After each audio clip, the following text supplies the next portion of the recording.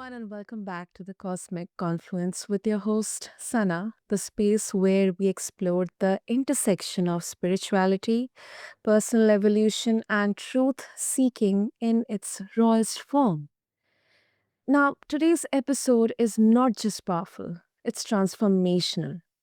My guest is someone whose story will move you, whose healing journey will stir something deep inside you, and whose wisdom will light up a part of your soul that might have been quietly waiting to be seen. Listeners, meet Tara Wiskow. She's an intuitive energy healer and life reinvention expert. She has not only helped hundreds of women break free from self abandonment and people pleasing, she has lived it. From losing 220 pounds naturally to surviving unimaginable emotional loss, Tara is the embodiment of what it means to reclaim your power, align your energy, and rise from the ashes. So, with that, Tara, I'm really, really honored to have you here. Let's quickly dive deep into this conversation. Oh my goodness, Sana. Thank you so much. You always have such an amazing way with your words and you're welcoming me in. So thank you again. I'm honored to get to spend some more time with you and get to be here with your listeners on this podcast. That's so beautiful. So, Tara, of course, your personal journey is marked by a profound personal transformation, losing 220 pounds, then healing after loss, and then stepping fully into spiritual gifts. So, can you take us back to that moment which started your spiritual awakening? Yeah, absolutely. It was yeah, I started to open up intuitively after losing my sister to cancer in 2023. And when I first started to open up, I was met with a lot of opposition from family. Of course, the normal. You're hearing her speak to you because you're not ready to let her go. You don't want to have her no longer with us. So you think you hear her, but you really don't. And I believed what they had to say, and I chose to just shut down this intuitive downloads that I now understand are intuitive downloads or messages that I was definitely divinely receiving from my sister Trisha, and chose to just put a cap on it and say it wasn't real, it wasn't happening, it was just my imagination. And then I'm gonna fast forward, that was July of 2023. Fast forward all the way to October of 2024. So over a year of telling myself it wasn't possible, it wasn't feasible, it wasn't anything that was real. And all of a sudden, I found myself being really pushed and urged to be part of this training all around identity shifting. I had no idea why, but it was such a strong force within me that was saying identity shifting is something that you need. And to back up Santa, I had been fine really after losing my sister, understanding that I had continuously been feeling like something in my life was missing. I was continuously saying, "Why do I feel like I'm not doing what I'm supposed to do?" I've had exponential success in losing weight and building 3 businesses. I have so many successful markers that indicate that I've done fantastic things, but I still feel empty. I still feel like I've not tapped into what I'm supposed to do, but I can't find it. And so going into this identity shifting workshop, for the very first time, I was able to slip into meditation. I have struggled to meditate. Unless I put headphones on or earpieces and I fall asleep, I've not been able to be consciously aware during any meditation until October of 2024. And in that moment, that meditation, I actually walked down a path and met my future self. And in that conversation that my future self and I had, she said, "I've been waiting a long time for you. And you are a healer. You were created to be a healer, and it's time for you to step into this calling. And this is where you go from now, is really our conversation from there. And the next day is when I started to really feel a lot of these energetic pulls. I was pulled into this store. It's a spiritual store where there are crystals. And upon walking into that store, I I immediately backed up against the wall of the door and felt this energy flowing through me, and I couldn't figure out the vibration. And I was pulled to the crystals. They had all these glass containers of all these crystals that were there, and everyone was marked. And I just started picking crystals out of these glass containers because I was like, I need this crystal and this crystal. And I had no idea what they meant. I didn't know what they were. I'd always seen them as just rocks. That's all they were. And the owner came up to me and she said, "How are you doing?" I said, "I don't know what's going on with me. Why am I vibrating? Why do I feel all of this in my body?" That was the moment that I connected with the help of her and understanding that that was the moment that I fully opened up intuitively and stepped into my calling as a healer. Wow. Wow. That must have been such an ethereal, first of all, encounter with your full future self, guiding you towards your purpose. Um, so apart from that, were there any subtle signs or whisper that you heard, apart from when you were meditating? Um, Other than that, anything from nature or something like that? I've always felt this knowing. And that's what I now know it is that it's a knowing. I'd always have this knowing that something was near or by, or I would see out of my peripheral vision something move by, but then look and not see it there. So I would think it's my imagination. Oftentimes in my dreams, I would have the connection with my dad who's passed and my grandpa who's passed. Never my sister. I never did connect with her in dreams. She's been very, very like vivid to come to me now as I've opened up.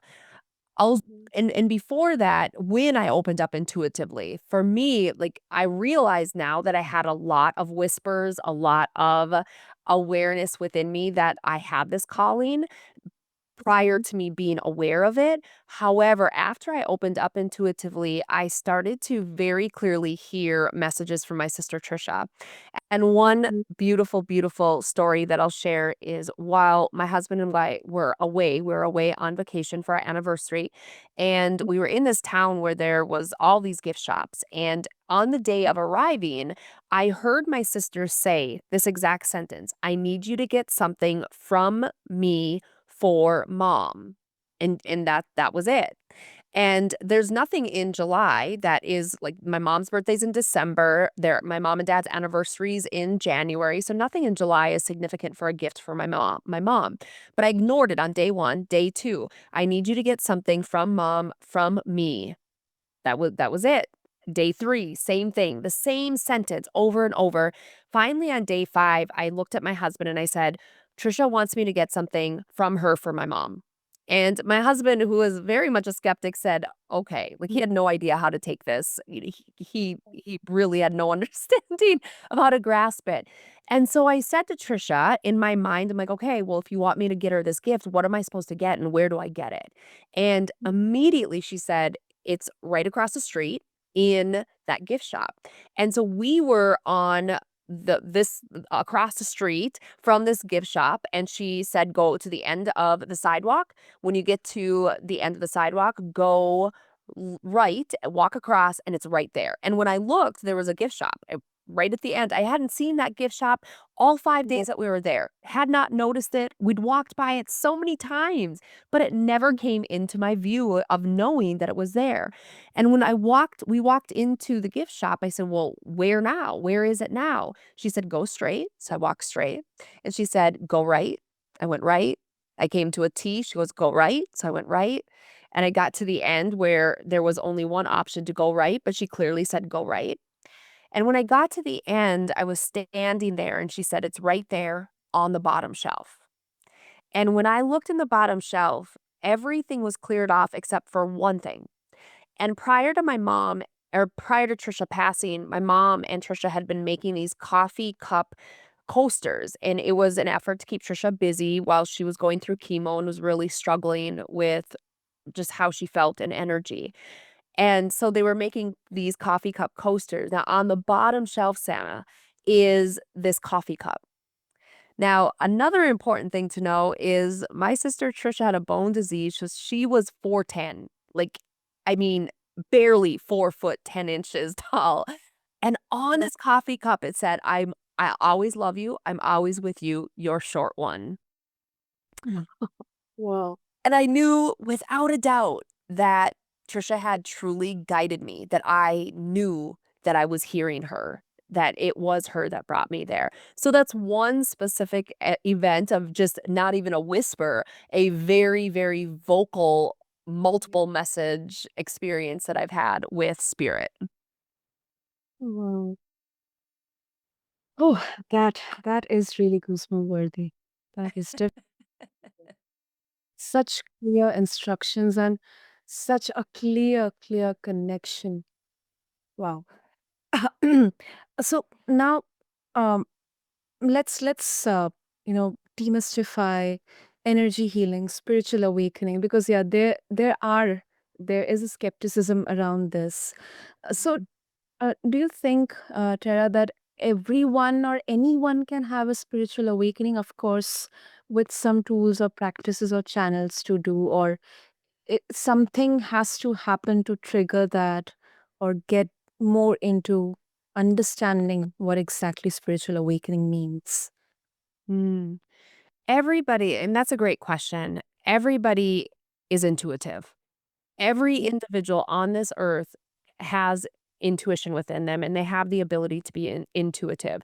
When you're driving and you get that little message of you need to, go right here instead of your normal path, that's intuition speaking to you. So we all have the ability to have that within us. As far as spiritual awakening, I think that sometimes it doesn't have to be a trauma. I think it's the right time of when you're supposed to move into it. I think anybody can go through a spiritual awakening when if it's their time, if it's supposed to be for them, I think that it definitely is available to them. I feel like if somebody wants a spiritual awakening, they can go through it on their own without having to be called into it or without having to have a traumatic experience that brings them into it. I really think that if it's something that they're interested in or they desire, Mhm. they're able to create that for themselves by doing the work that's going to actually open them up and bring them more into the space of it, I guess, online. It's kind of like bring you online within yourself of your intuition. I agree. I agree. That definitely makes sense. And what exactly does energy healing actually look like in real life? Because yes, we all are energies, our souls are energies. And there's a negative energy, there's a positive energy, there are vibrations, the universal vibrations. So what kind of shifts have you seen in your clients experiencing? Yeah. Wow. It's really incredible, Santa, what I have experienced with my women. And energy healing and clearing is actually going within, and it's specific. You come with a specific struggle that you're wanting to work through. One client was panic attacks. She has had panic attacks for 20 years that have actually gotten in the way of her being able to show up in life full out, traveling, grocery shopping. So panic attacks were things that she wanted to work through. And another woman was the fact that she couldn't move past a situation that she experienced. She continued to cycle back into it. She constantly found herself being in a state of sadness or fear or uncertainty around the situation that had happened 3.5 years prior. And she wasn't, again, able to move past it. Another one of my clients was weight loss. She's been struggling to lose weight and she needed just clarity around what was within her that was blocking her ability because she felt like is a constant, again, cycle that was keeping her stuck and she was blocked from being able to lose the weight. I've had clients that have come to me because they're struggling to allow themselves to experience love, and they feel like they're blocked from it. And when they try to move into it, they're attracting people that are not of good stature. They're not people of like love. They're actually causing harm and discontent to my specific client. And so we went in to heal any bonds or energies that were keeping her stuck in this cycle of choosing men that were actually going to cause more harm than love her in a healthy way. So there are endless numbers of reasons to go into energy healing. Primarily, it's about a block that you have in your life, something that you can't move past, something that you can't heal from, something that's keeping you stuck in a way of being. And when we go into the energy clearing, it's the very first thing that I do is spend at least 45 minutes to an hour going into the digging work of really tapping in intuitively, connecting with my client, getting any spiritual guidance of understanding why is this a block that has been created in their life? Where did this originate from? We pair it into their childhood of understanding really when did this truly begin for them, because even though oftentimes we say it started happening when I was 15 or I experienced this when I was 22 or I was 37, even though in our adult era this is something that we're struggling with and we've become aware of it, it truly started at a very, very young age in our childhood because we are energy mongers in as children. 0 to 7, we are full on energy. We feel every energetic shift, every environmental change. We energetically connect with it. Even if we psychologically don't show that we're aware of it, we feel it. And so we take on all of this at a very young age. So in my energy clearing, I want to get to that root cause. And a great example is of my client who was having panic attacks. She said she was in her 30s. She said, "I know I was in my 30s when I first started experiencing it." What she didn't know is she was having slight anxiety attacks that became pronounced panic attacks after a significant life experience occurred for her in her 30s. However, when we connected in and I intuitively asked for guidance to understand when this first happened for her, she was actually 5 years old. And it was her very first day of first grade. And she believed that her parents were not going to come for her, that she was going to get left in school. They weren't going to come and bring her home. They didn't want her. She had this belief she was going to be abandoned. And what it cycled from was every time she asked her mom where she was born, her mom would jokingly say, "We found you in the woods," and would never tell her anything about her birth, like where she came from and all of that. So she started to create this belief that she would just get left again. She was left in the woods to start with. She was found. She's going to be left again once she was taken out of her comfortable home life experience and put into school. Once we released all of the discarnate energy, the stagnant energy, the imprints, and the foreign energy, as well as all the cords that were connecting her to beings in her life that had caused trauma, that had caused harm, that had elicited pain upon her, or made her feel some negative emotion tied to the panic attacks, we released all of that and I was able to help her. I'm a facilitator in there. So all healing is self-healing. So I guided her through the healing process in the hypnotic state to pull this negative energy out. And so guiding her through that, we were able to bring it to her abdomen area. We siphoned it there. I was able to help her to pull it out. We place it into this beautiful white ball that's a crystal ball and place it all in there. And then we ask God, the universe, the higher power to actually alchemize this and to heal all the negative energy, turn it to love, peace, happiness, joy. And have the client take it back and actually place it into her heart space for full on healing and protective nature of the healing. This has been for just a little over 4 weeks, and since then, she's not had one panic attack. She's traveled to Florida, had no issues, and usually travel was something that would elicit multiple panic attacks, and she's not had one. So hopefully that answers your question, Sam. Is there anything more that you want me to expand on the energy healing? That's more than that, because that this itself shows the transformation here. Because when we say about negative energy, and as you mentioned about childhood, we are so vulnerable and susceptible to absorb the negativities around us, and they kind of shape, they kind of affect the our future years, our adulthood, the kind of responses or reactions we give to events or people or situations. So Yeah. I think that's so empowering. And as you mentioned that you facilitate it, the process itself is self-healing. So I Mhm. think self is empowering enough for anyone to try it out. I agree. And when we talk about spirituality or spiritual awakening, uh, I mean, it looks so different for everyone. Some people find it in stillness, or others in movement, or others through pain. So, how exactly do you define spirituality in your life today, Tara? I mean, and has the definition evolved over time, or it remains the same for you?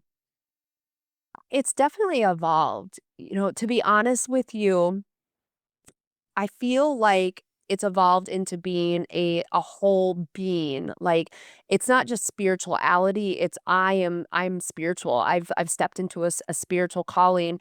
I feel like it's even made my connection with God even stronger. I feel like it's allowed me to be able to be someone that is a guiding force for those to be able to heal. So for me, spirituality is something that really awakens us up to the power that's within us and allows us to step into a calling and be fully connected with God, the universe, the higher power that allows us to really know the power that we have within and gives us the ability to use all the gifts that we have. All the gifts they're not all spiritual. Every single person has a special gift, and I think that when we really encompass the spirituality that is available to us, it allows us to be able to utilize the gifts that have been given to us, whether it's coming to this earth to be somebody that helps children as a um the medical field, or being a teacher or a daycare provider, or if it's being somebody that's in nature and you are somebody that is planting trees or whatever it might be. I think that when we become connected with spirituality, it helps us to harness and hone those gifts that we have and put them out into the world in a stronger way. Definitely, definitely.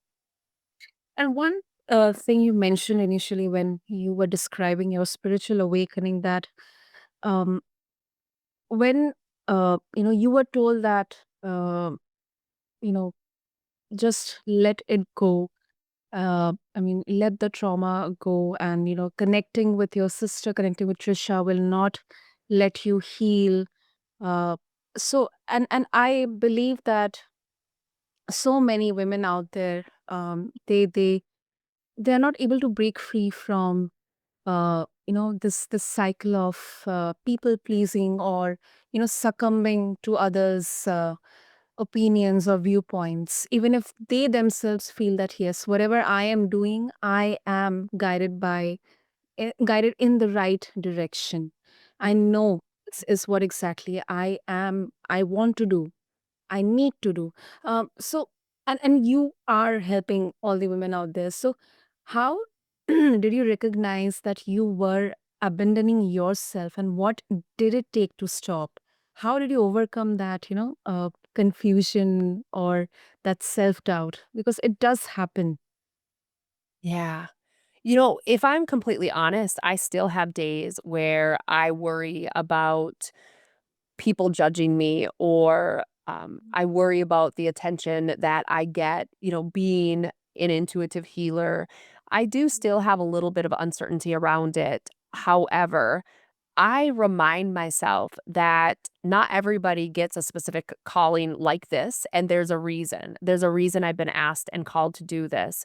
And so I remind myself that it's not about me, that I need to I don't I how do I say this?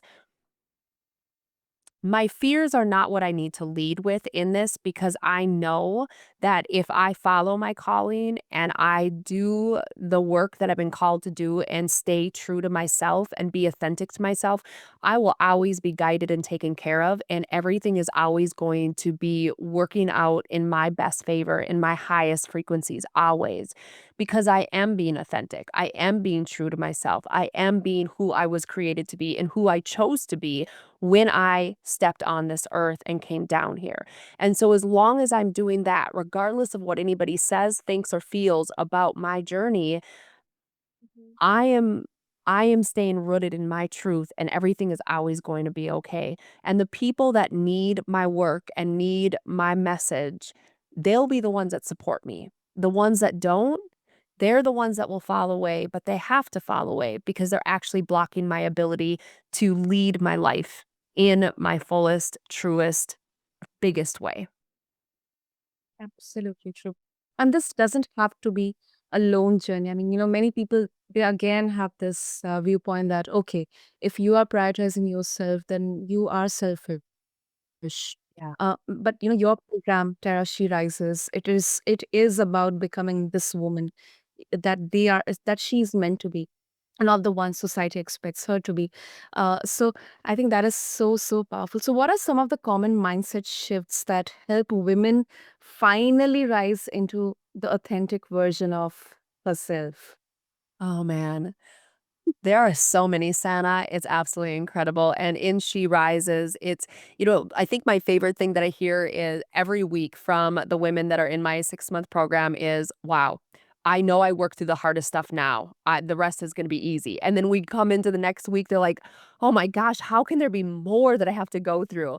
Biggest thing is self acceptance. That has been the biggest thing, accepting themselves for them rather than shifting and changing themselves to please everybody else. And it goes hand in hand with people pleasing. That's been a big mindset shift. Fear of abandonment is another one that actually I was so surprised that so many women are fearing, is that if they don't show up and do exactly as expected or what others want, they'll be abandoned, not liked, rejected. That's been a very big shift that I have had to help women work through.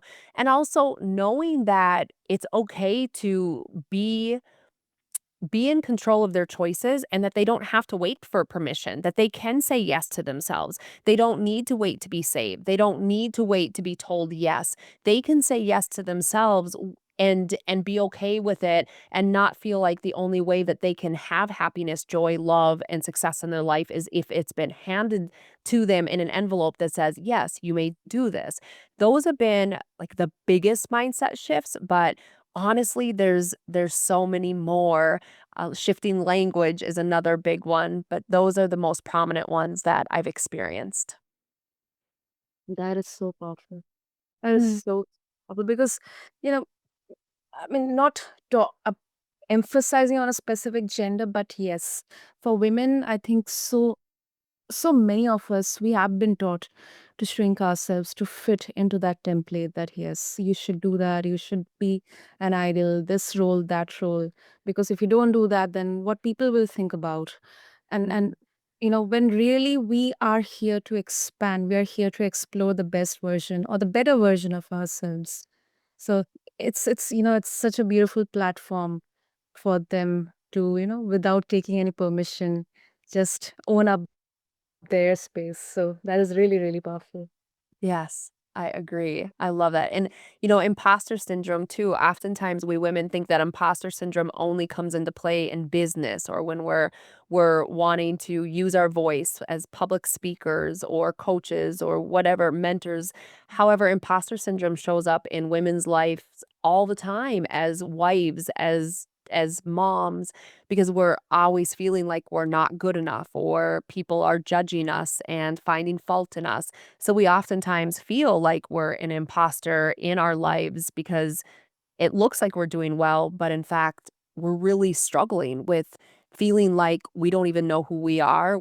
We feel disconnected from our truth and we feel like we've lost ourselves along the journey of being a wife and being a mom. And so again, it brings in a strong sense of imposter syndrome. Absolutely. Absolutely. And you yourself are such a great example. I mean, as a mother, a businesswoman, a healer, a human being, and now since you have gone through that experience and you have understood what it means to live spiritually aligned in real time. Um, so what exactly are the steps to start with spiritual alignment? And how do you know that you are not maybe in alignment today? Mm. I think the greatest way is really just sitting with yourself and pausing, like hitting pause and being open to just going in, closing your eyes and just connecting in and feeling, like feeling in your body. Like so often, Santa, we just go about the day and we have no awareness of how our body feels. And that was a starting point for me is just closing my eyes and dropping into my body and feeling where I felt whatever I felt. And then getting curious about it and asking questions or speaking to my higher self. Before I knew I had guides, spiritual guides that are with me every single day. We all do. Before I knew they existed, I would speak to my future self and I would just ask her questions like, "What do you need me to know today? What's important for me to know? And what can you tell me? How can I better understand to use my gifts?" And listening, to take pause and listen. One of my favorite examples of us not pausing enough is in a conversation I had with a really dear friend of mine, and we're talking about praying. And I said, I never hear responses back to my prayers. And she said, "Do you ever just stop and wait to hear a response?" And I said, "Well, no, I pray and then I get up and go and do what I'm doing." And she said, "That's what we all do, is we don't wait to hear. We ask for something, but we never tune in to actually get to the answer that we're looking for."